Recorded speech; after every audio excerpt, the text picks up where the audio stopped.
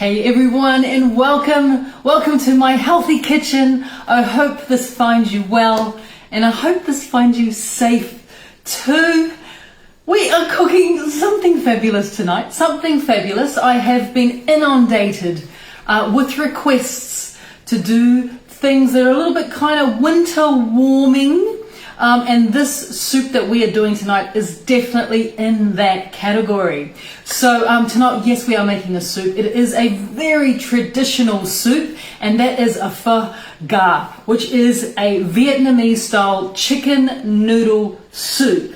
So yes, we're making a chicken noodle soup, but we're not just using any noodles. We are using some wonderful grain-free, gluten-free noodles that are going into this soup. We are making a fabulous broth, and quite frankly, this is the sort of soup that just warms my soul. It is so incredibly rejuvenating. It is so incredibly comforting, and I know you're going to enjoy it as well. So there are a few components that make up our pho ga, but don't let that scare you away from what is essentially just the most fabulous dish. So we're going to start with these different stages or processes that we need to go through. You could start this recipe sort of like in the morning if you're at home, or you could start it even the night before. It can start itself in a slow cooker even. So it's actually quite simple to make. So come on down to my bench. Let's get into it.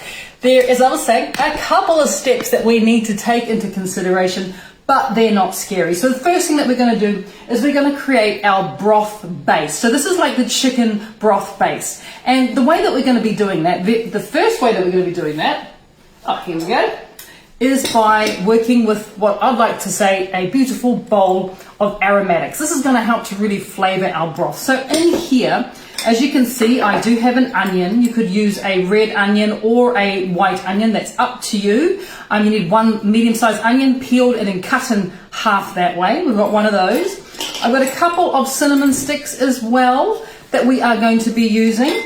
In this little bowl here, wonderful flavorings, wonderful aromatics. I have star anise, which is that one there. I also have some whole cloves. If anyone here has made my yogi tea, you're going, hang on, this all seems rather familiar. Basically, it's yogi tea spices. And then we've also got some cardamom pods, green cardamom pods in there as well. And we need to give these all a little bit of flavor before we add it to our chicken. Real easy to do. So with the halved onion, what you want to do, and what you might notice that I have here on the back, is I have my big cast iron pan, and all I did is I took a tablespoon of sticky sauce and just sort of rubbed it on the cut side of the onion, just like that, rubbed it on the cut side, and then I placed the onion into my hot cast iron pan. I had it on medium heat, and I literally allowed the onion to cook for about 20 minutes, and let me show you the outcome. And this is absolutely what I was looking for. Do you see that caramelization? Well, it's gone a little bit dark and black. This is what you're looking for. You want to leave the onion, and you're going to do it in a heavy pan is best. That's why my cast iron works really well. And you literally just let it sit there. I just left it on as I was prepping up and getting ready for this session with you guys today. And after about 25 minutes, you're going to get that wonderful caramelized onion. It's going to start to sweeten up as well. And then just for the last couple of minutes, what I'm going to do, pop it back on to that medium heat. That's all you need it on, a nice medium heat. And what I'm going to do just in those last minutes, with that onion that I have there, that's already lovely and caramelized, I'm also going to just pop all our aromatics, all our spices are going to get popped into the oven, into the frying pan as well. Don't have to do anything to those ones, but to our cardamom, I'm just going to pop them down onto the bench and then just lightly bruise them with my knife, just the flat of my knife there, and that's just going to help to open up, to expose the seeds or the flavor that is locked inside those cardamoms. So those go in there, and just for about a minute, I'm going to pop them into that frying pan. I'm not adding any oil or anything, like, doesn't need it. That's all it needs. And that is literally our aromatics getting to work for us, which is really wonderful. It's always important to remember that when we do things like adding spices to heat, the flavor of the spice increases about tenfold, which is really fabulous. So the other thing we need to think about for our broth is the type of chicken that we're going to be using. And I suggest the best chicken for this is our humble chicken drumstick. So you want to grab yourself up probably around about sort of 1.5 to 2 kilos of chicken drums. And you don't have to do anything to them. You have to remove the skin, because all this skin, all this bone, you know, all this cartilage is actually going to help to produce a really fabulous broth. Now you can make your broth base in a pressure cooker, which is what I'm doing here. You could also make it in a slow cooker, so put all these ingredients I'm about to show you into a slow cooker. Or you can even, if you don't have a slow cooker or a pressure cooker, you can pop it into a heavy bottom pot, all these ingredients that we're doing next. So I've got my 1.5 kilos, which is about, it's about 3.3 pounds of our chicken drums are already in my pot there. And then to that, I'm also going to add in more aromatics, because we want this to be the most flavoursome broth. So I'm going to add in a tablespoon, a heaped tablespoon of our wonderful freshly chopped ginger. I'm also going to add in a heaped tablespoon of our freshly chopped garlic as well, is going to go in there.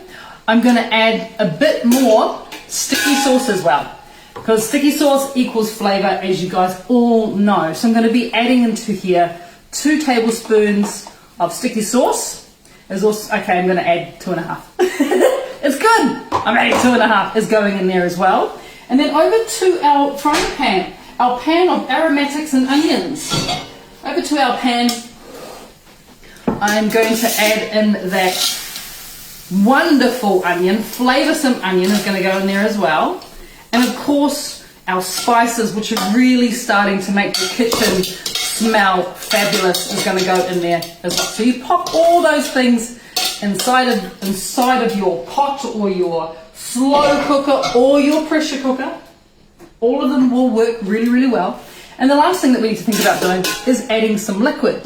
So the liquid that we're going to be adding into here today, of course, is our kombu water, because as you guys know, as a stock, this is so incredibly good for boosting our metabolism. It's why I always use kombu, because it's made from seaweed. It's a sea vegetable stock. You don't have to worry about it tasting like seaweed, because once it gets into here, you're not going to taste any type of seaweed.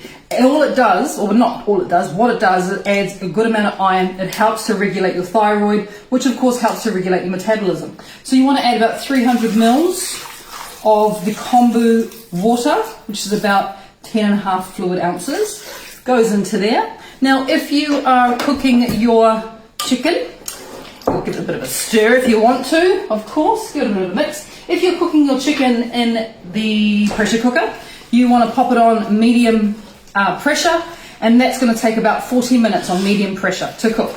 Now, if you are cooking this in your slow cooker, because what you want is you want the meat to be tender right to the bone, so you want it to be really super, super soft. And at the same time as you're obviously cooking the chicken till it's super, super soft, you're also making a very fabulous broth base as well. So you want to cook it in your slow cooker for around about 3 hours. And if you're putting it into a pot, you want to put it on the lowest possible temperature setting that you can get your stovetop down to. And you're going to cook that with the lid on for around about sort of 2.5 to 3 hours. But just make sure if you are cooking it on the stovetop, keep on coming back and investigating how much liquid is still left inside your pot, because the last thing you want to happen is all the liquid to evaporate and then you start to burn your chicken. So you may have to go over and top it up with some more kombu if you're finding that on your stovetop it is decreasing. If you're cooking this in the pressure cooker, you'll actually find that you come out with more liquid than you started with, which is fabulous. That's my favorite way to do it. But as I was saying, you could also do it in the pressure cooker, in the slow cooker, or on the stovetop as well. Okay, so just like that, that then goes off to be cooked. And I'll show you one that I prepared earlier. And actually, I prepared this. Where is a little plate? I want to make it look a little bit more attractive for you. Here we go. I cooked. Pardon me? Quick question. Yes. On low or high for 3 hours in slow cooker? On high for 3 hours in slow cooker. I'm pretty sure. I don't do a lot of slow cooking, but I'm pretty sure that chicken is cooked tender to the bone in 3 hours on your slow cooker. I will investigate that just to make sure I give you the right, but I would imagine if you're cooking it on low for 3 hours, it won't do a lot of cooking. So 3 hours on high should get you a pretty decent tender to the bone. So here's some of the drums that I prepared earlier. I wanted to point this out to you guys. So once it's finished cooking and it's really, really tender to the bone, see it's not falling off the bone, it's still attached, but it is incredibly soft and moist, which is what we're after. And if you make this the night before and you cool them down, what you're actually going to be left with is, can you see there's like that jelly-like substance around the outside of the chicken? That is perfect, because that is basically massive amounts of flavour in that jelly, in that lovely little jelly, which is naturally occurring because it's come out as our chicken drums have cooked down to this really, really fabulous tenderness. So what you want to do is you want to remove your chicken from the pot or from the pressure cooker. Remove your chicken, and once your chicken is cool enough to handle, you're going to strip it down. So obviously you're going to be doing this with clean hands, and it literally is just a matter, and you can see how easy it is for me to pull that chicken from the bone. So you're just going to strip the meat off the bone and just be really careful, because it's always a good idea to remember that chicken drums actually have 2 bones. So it's got the big one that you can obviously see there, and then it's got this little one here, which is often overlooked, and it can sometimes, you don't want to have bone in your soup. So just strip all the meat back from the bone, make sure you pull off all that wonderful jelly-like substance, because when that melts, that is what gives the most incredible flavour to our soup, which is what we really, really want. So strip all the meat off, and here's some I prepared earlier. I've got a lovely big bowl of meat, and by the way, those 1.5 kilos of drums, or 3.3 pounds, it's going to get you sort of 4 to 6 servings of soup. So it's a really good money spinner, this particular recipe as well. So once you've stripped off all your meat, just set it off to the side. We don't need that right now. We're going to go back and have a little look at how we make our actual base to our soup.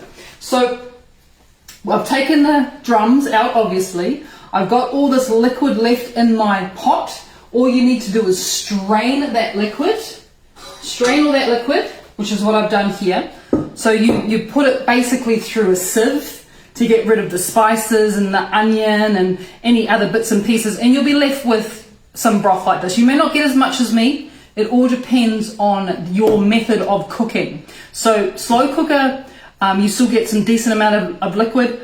Pressure cooker, you get a decent amount of liquid, but on the oven, or stovetop, sorry, you might get not quite as much, and that's okay, because we are going to top it up. So you take that strained broth. This is gold. This is liquid gold. This is where all the flavour is. This is what's going to give our soup the most wonderful, wonderful fragrance. And then over to our cooktop.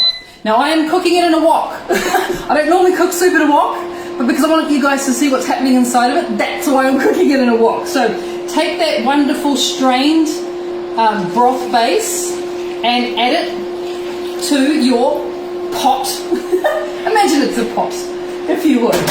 And then what I want you to do is I want you to take some kombu, and you're going to top up the soup. You're going to top it up. Put it on medium, or medium to high to begin with. You're going to top it up with enough kombu water to get you to about 1.5 litres. So 1.5 litres in total, which is about that much, in total of the soup base. But of course right now, there's not a lot of flavour going on in there. It is up to us to start to increase the flavour. Yes, we've got that wonderful broth that we made, but we can make it so much better. And the way that we're going to be doing that is I'm going to be adding in a couple tablespoons of our sticky sauce is going to go in. Now traditionally a pho base is a liquid. There isn't a lot of bits and pieces into it, but if you want to, there is nothing stopping you from adding more ginger and more garlic to it as well, which I love to do, especially in winter. I really like to fortify my soups with things like garlic and ginger, because we know how good it is for us as well. So feel free to add another tablespoon of each of our ginger and our garlic right there to our broth. As I said, it's not traditional to have those bits and pieces in the broth, but I quite like the idea of fortification. Fortification in the colder months is a very good idea. So already, you know, we started with the base, the broth base, and then we added some sticky. Now we've got a bit of ginger, a bit of garlic in there. I'm going to taste it. I like to taste along the way, and this is probably one of the most important things that you can do when you're making your soup, is to continue to taste it. Because what you're going to feel is you're going to feel the soup developing as you add more and more ingredients to it. And one of the biggest hints I can give any single person when it comes to cooking: have your spoon ready and get ready to taste along the way. You know, don't just leave it to the last second to taste it, because it's really important to see how it develops. So we've got those in there. I'm also going to be adding in, now this is a vegan style fish sauce. So see, it's not spelled, it's spelled F-Y-S-H. It's from a company called New Life. I love their sauce. It's actually made from coconut aminos. And you can use normal fish sauce, but make sure you get a good quality. But this is actually a really, really good alternative. And you can get these in health food stores. I've seen it in really good supermarkets as well. I love the smell. I love the taste. It's not overly fishy, but it does add a wonderful flavor burst to your soup or your stews or your stocks or whatever it is. So I'm going to be adding, to begin with, I'm just going to start with 1 tablespoon of this fish sauce. It's going to go into there. You may have noticed I haven't even thought about adding any salt and pepper yet, which is fine. We'll get back to that. The next ingredient we're going to add in is our chicken. And remember, our chicken's also covered in all that wonderful gelatin, that lovely jelly. So that's going to help to flavour this as well. So chicken goes in. Rule of thumb, I like to use, you know, a decent sized handful or a cup of the chicken meat per person. So I'm going to add about that much. About that much chicken. So that all goes in. Of course, it's completely cooked. So all we're kind of really doing here is make sure it's not in too big of pieces. They can be fairly decent sizes, but not too big. If they are too big, you know, either break it down with your hands or just chop it through with your knife. And of course, now that we've added chicken to this, as you can imagine, the flavour complexities are going to change again. So grab your spoon, give it a go, see what's happening. Oh my goodness, that's really delicious. That is really coming along nicely already.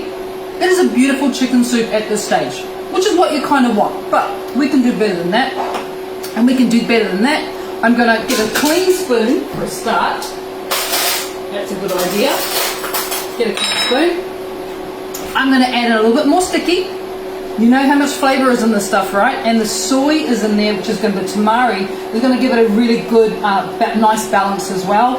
Plus we have acid in there, so we're balancing the flavours out. We've got the tamari, which is a little bit salty. We've got a little bit of apple, which is a bit sweet as well. We've got lime juice, which is a little bit acidic. And of course we've got apple cider vinegar. So all those flavours are going to help to create balance within our soup. So sticky's in there, very, very good. I'm also going to add another tablespoon of our fish sauce as well, of our vegan fish sauce. I mean, not that this dish is vegan, but I just really, really like this sauce. It's so yummy. It sits next to my oven.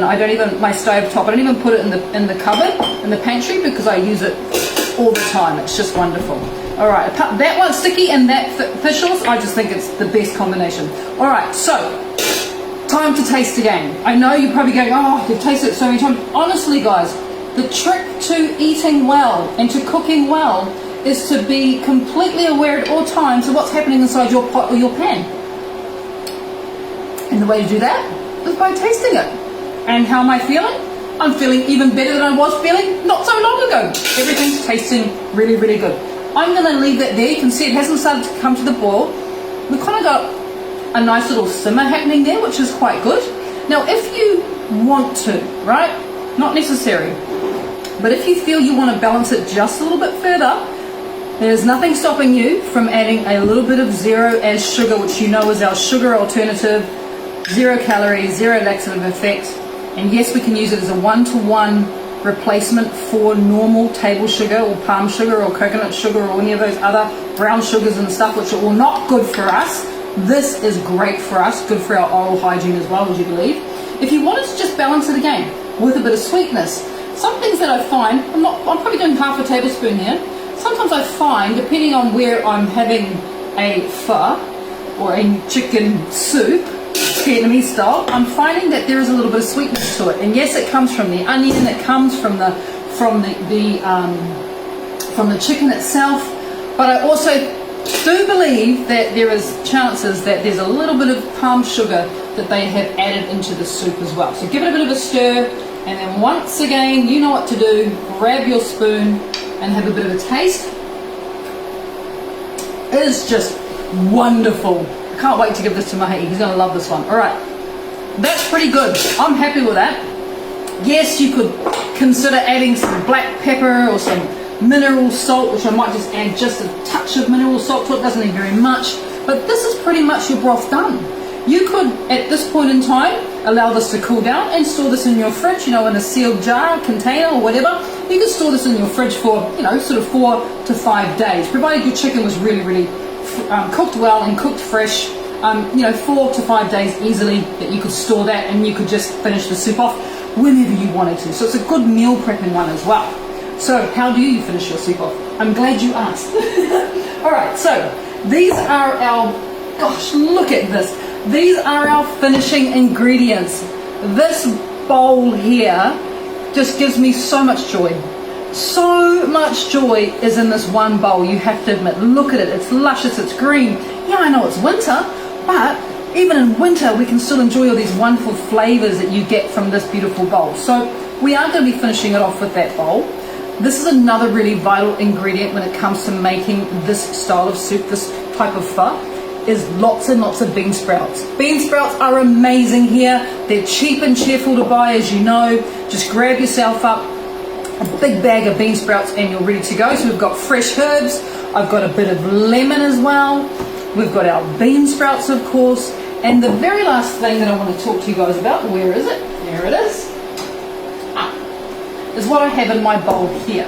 So remember, this is a chicken noodle soup, which is also part of the tradition, is having those noodles in there. Now the Vietnamese choose rice noodles, but rice, as you guys know, is not that great for us. In fact, rice is a very high carb food. It's easily digested, which means that it will get converted into glucose very quickly. And if you're not using all that glucose as energy, it'll be stored in your fat cells, which we don't want. Will spike your blood glucose, spike your insulin. So we avoid rice, white rice, brown rice, all rice. But these little noodles here, not made from rice, they are actually made, here is the ones that I've purchased, but I didn't get fettuccine, I actually got noodles, because you can buy them in different shapes. You can use fettuccine if you want. These noodles are made from a vegetable called konjac. I'm just turning this down, don't want it to boil too much. Called konjac. Now konjac is a very low carb vegetable for a start. It can be produced to make these almost, identical looking rice noodles. They're fabulous, amazingly low in calories. In fact, this whole box here is only about 22 calories, which is nothing. It's like a quarter of an apple. That's how many calories. Really low carb, obviously no sugars, and really safe to eat and safe for our gut health as well. So I'm choosing these noodles as my noodles of choice. The particular brand in Australia is called Slendier. Looks like that now, and you can get it in the health food aisle of your supermarket or in your health food store. What you want to do is you want to open up the noodles. I'll show you. It's kind of in this suppose little plastic bag, and as you can see, there is some liquid in there. So you want to open the bag and then drain the noodles through a sieve or a colander. I also like to give it a bit of a wash under cold water just to make sure there's none of that liquid on there. Not that that liquid's bad for you, it just doesn't taste terribly good. So I want to do it that way, which is fantastic. And once they are drained, you don't have to cook them, they're fully cooked. All you need to do, and this is what I'm going to do on the back if you guys can see, I've just actually got a pot of water on there, just hot water, and I'm just going to blanch them in the water, just to put a bit of heat through them.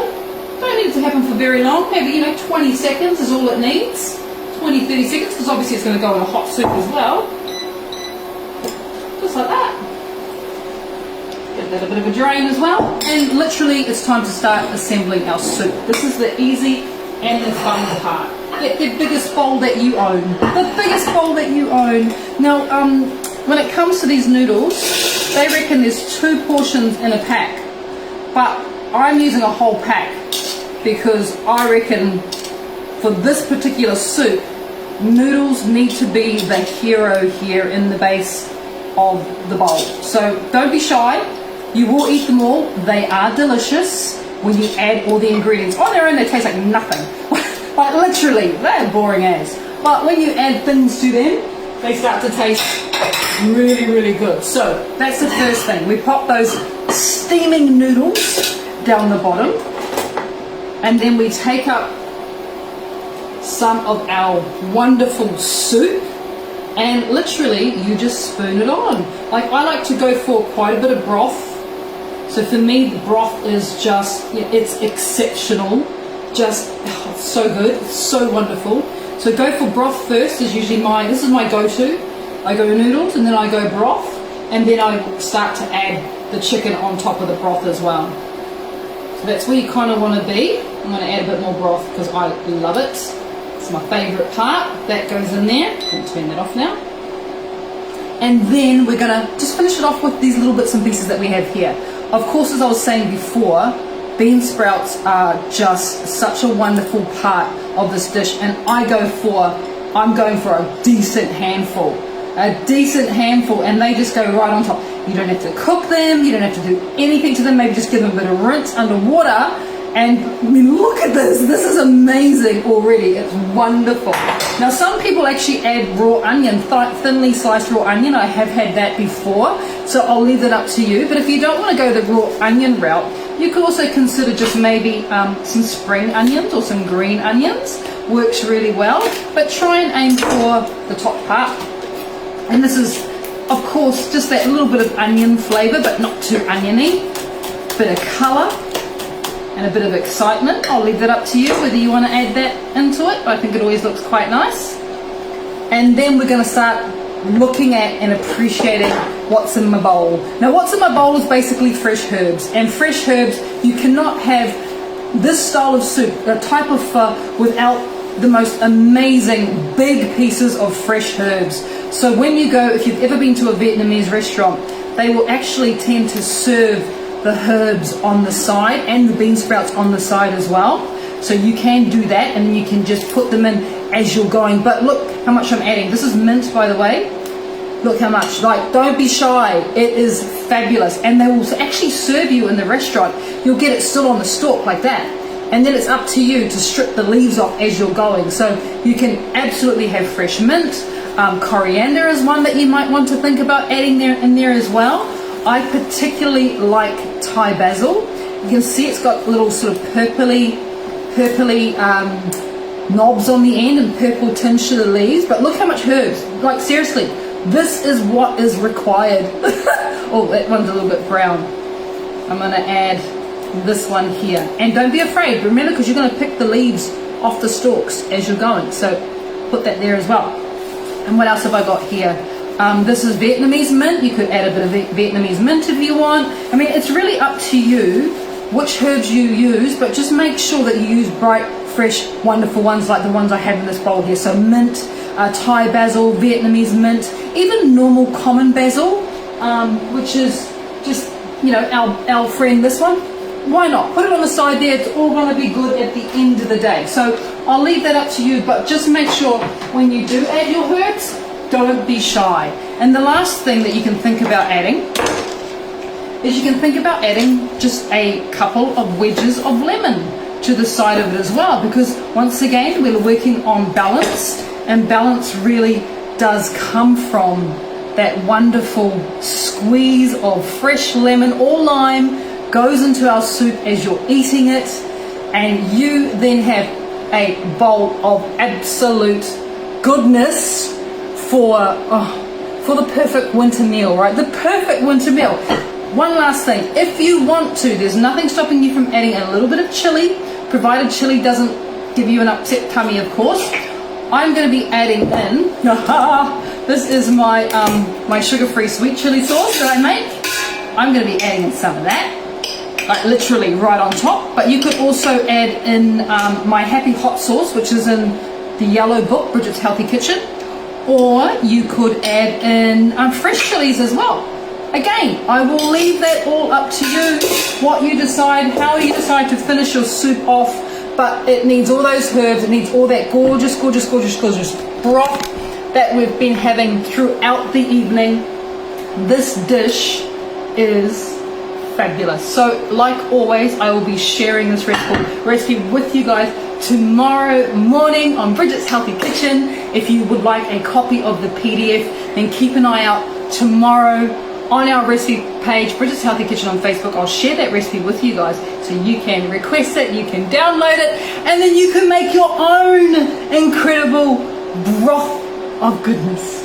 Alright guys, it has been wonderful spending time with you this evening. I hope you have enjoyed tonight's recipe. I have another recipe to share, another cooking class to share with you towards the end of the week on Saturday. It's going to be a fabulous one. I'll be teaching you guys how to make the most incredible almond cheese sauce. Dairy-free, of course. Dairy-free option, of course. I'm going to teach you guys how to make that wonderful sauce, and we're going to use it to make loaded fries, as in chips, fries. I know, it's very exciting. Another wonderful winter warm-up meal for you guys. Please enjoy this recipe, and I will see you all online. Please be safe. Please be well. Everyone, take care, and we'll see you all next time here in Bridget's Healthy Kitchen.